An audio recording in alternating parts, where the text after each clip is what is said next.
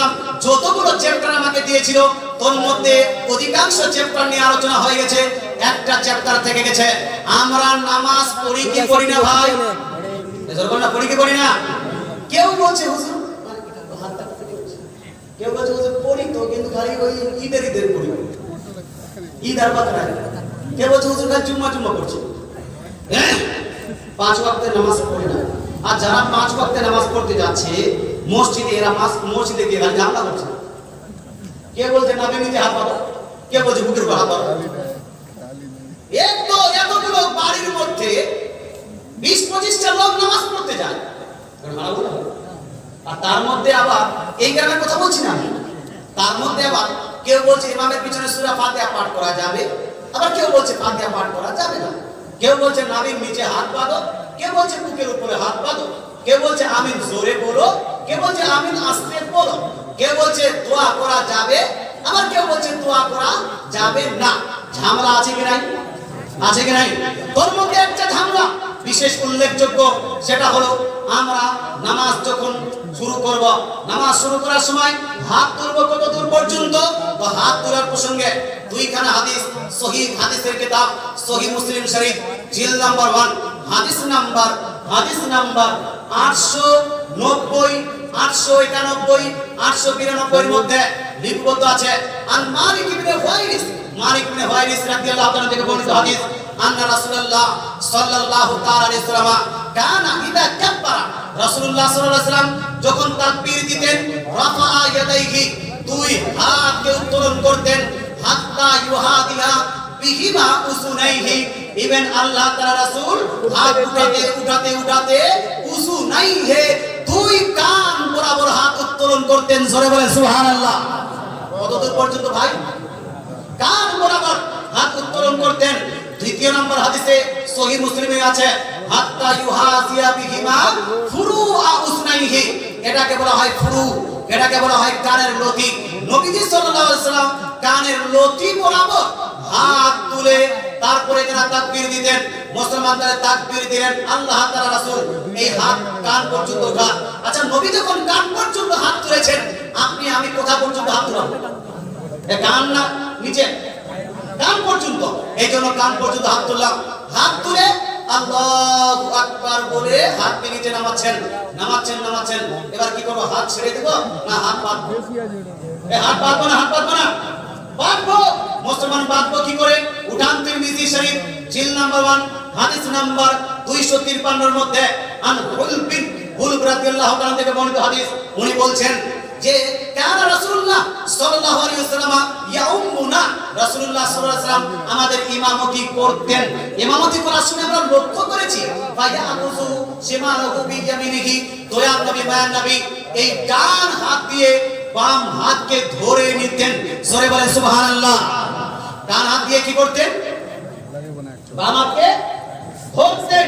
মানে এইরকম না যে ডান এই বাম হাত দিয়ে ডানকে এইরকম ধরবেন, এরকম চলবে না। সিস্টেম শিখে দিচ্ছেন যে ডান হাত দিয়ে বাম হাতকে ধরবেন, ধরার পরে কি কোথায় রাখবেন? নাভির নিচে না বুকের উপরে? নাভির নিচে না বুকের উপরে? কোনটা? এটা ধরলাম তো রাখবো কোথায়? এই প্রসঙ্গে এই হাদিসের শেষে ইমাম তিরমিজি মাতানে লিপিবদ্ধ করেছেন, রাবাসুহুম আইয়াদাহুমা তাতা সুররা ওয়া রাবাসুহুম আইয়াদাহুমা ফাওকা সুররা। অর্থাৎ এই প্রসঙ্গে বড় বড় ইমামগণের মধ্যে, সাহাবা এবং তাবেঈনদের মধ্যে মতভেদ আছে যে কোথায় রাখবো। মতভেদটা হলো এই যে কিছু তোর মধ্যে বলেছেন নাভির নিচে বাঁধতে হবে। জোরে বলে সুবহানাল্লাহ।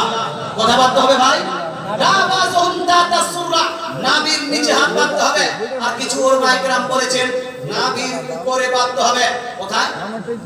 নাভির উপরে মানে এরকম নয়। নাভির উপরে মানে হলো নাভিটা আছে এখানে, এই নাভিকে টাচ করে নাভির উপরে, বুকের তাতা সাদরি অর্থাৎ বুকের নিচে নাভির উপরে এটা বাঁধতে হবে। এটাই ওলামায়ে কেরাম ইমামগণ গ্রহণ করেছেন।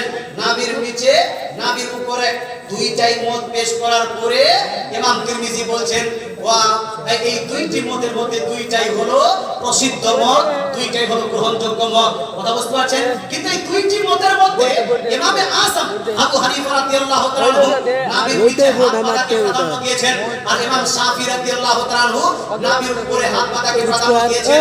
আমি আপনাকে বলতে চাই, বড় বড় ইমামগণের মধ্যে বুকের উপর হাত পাতাকে কেউ প্রাধান্য দেয় নি। বুকের উপর হাত পাতাকে না তো বুখারী প্রাধান্য দিয়েছেন, না ইমাম মুসলিম প্রাধান্য দিয়েছেন। মুসলিম শরীয়তে লিখিত আছে বুকের উপর হাত পাতা যাবে না, বুকের নিচে হাত পাততে হবে। মুসলমান আপনাকে বলতে চাই, ইমাম আহমদ বিন হাম্বল বুকের উপর হাত পাততে বলেননি, ইমাম আবু হানিফা বুকের উপর হাত পাততে বলেননি, ইমাম শাফি বুকের উপর হাত পাততে বলেননি, ইমাম মালিক বুকের উপর হাত পাততে বলেননি, ইমাম আউজাই বুকের উপর হাত পাততে বলেননি, ইমাম সুফিয়ান সাউরি বুকের উপর হাত পাততে বলেননি, ইমাম বুখারী মুসলিম তিরমিজি নাসাই আবু দাউদ ইবনে মাজাহ বুকের উপর হাত পাততে বলেননি, বাইহাকী শরীফের মধ্যে বুকের উপর হাত পাততে বলা হয়নি। এক কথায় যত মুহাদ্দিস মুহাক্কিক মুফাসসির মুস্তাহিদ বুঝে গেছেন, কেউ বুকের উপর হাত পাতাকে গ্রহণযোগ্য মনে করে নি। শুধু ইমাম শাফির একটা কল পাওয়া যায় বুকের উপর হাত পাতার কথা। তবে ইমাম শাফি রাদিয়াল্লাহু তাআলা আনহু মাযহাবকে যিনি সবথেকে বেশি প্রচার ও প্রসার করেছেন, ইমাম নববী রাহমাতুল্লাহ আলাইহি, তিনি বলছেন যে ইমাম শাফি রাদিয়াল্লাহু তাআলা আনহুর কাছেও সবথেকে প্রাধান্য, সবথেকে গ্রহণযোগ্য মত হলো নাভির উপরে বুকের নিচে হাত বাঁধতে হবে। কোথায়? বুকের উপরে।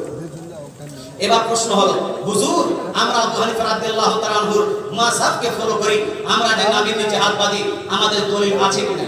দলিল আছে কিনা? মাযহাব আছে চারটা। কয়টা মাযহাব? এই মাযহাব কয়টা বাপ? চারটা।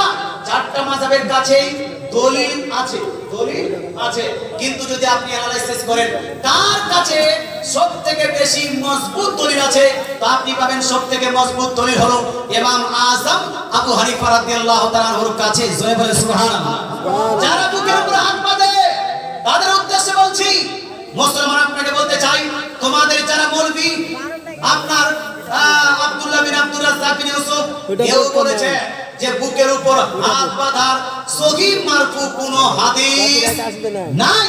আমিও বলছি বুকের উপর হাত বাঁধা সহিহ মারফু পৃথিবীর বুকে কোনো হাদিসের কিতাবে সহিহ মারফু হাদিস নাই। যতগুলো হাদিস দিচ্ছে গায়র মুকাল্লিদ ওয়াহাবিরা, যতগুলো হাদিস দেয় প্রত্যেকটা হাদিস বুকের উপর যেটা সংক্রান্ত হাদিস দেয়, প্রত্যেকটা হাদিস হয়তো মুরসাল হয়তো যায়ীফ, অর্থাৎ তাদের কাছে প্রত্যেকটাই হলো যায়ীফ। তাই বাশার বিন হায়াত ওয়াহাবিদের মৌলভী বলছে বুকের উপর হাত বাঁধার হাদিসগুলো সব যায়ীফ।